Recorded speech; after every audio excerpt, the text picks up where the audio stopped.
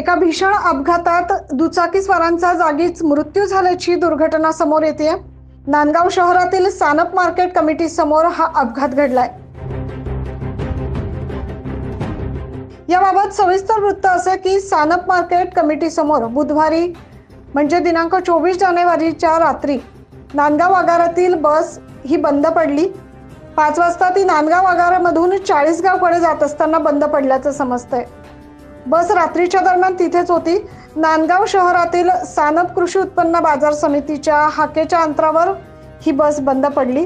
रात्री 9 वाजेच्या दरम्यान नांदगावकडून जातेगाव येथील सुंदर पुंजाबा चव्हाण आणि दौलत शंकू ठाकरे हे दोघे जण दुचाकीवरून प्रवास करत असताना रस्त्यावर बस बंद पडल्याचा अंदाज न आल्याने हा भीषण अपघात घडलाय। या अपघातात दुचाकीस्वारांचा जागीच मृत्यू झालाय, अशी माहिती आगार व्यवस्थापक हेमंत पगार यांनी दिली आहे।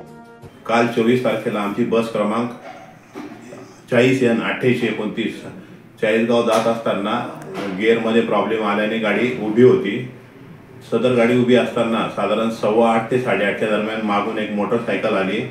सदर मोटरसायकल स्वाराला अंधार असल्यामुळे किंवा समोरून लाईट आल्यामुळे सदर गाडी लक्षात आली नाही आणि ते गाडीला येऊन आदळल्यानंतर दोघी जण गंभीर जखमी झाले। थोडा रक्तस्राव झाला। त्यांना ताबडतोब बसने सिव्हिल हॉस्पिटल शासकीय रुग्णालय नांदगाव येथे ॲडमिट केलं। नांदगाव येथे ॲडमिट केल्यानंतर साधारण 15 ते 20 मिनिटांनी वैद्यकीय अधिकारी यांनी त्यांना मयत झाल्याचं घोषित केलं। डोक्याला लागलं आणि जास्त रक्तस्राव झाल्यामुळे त्यांचं ते गंभीर झाल्याने त्यांचं निधन झालेलं आहे। सदर घटनेचा पुढील तपास नांदगाव पोलीस करतायत।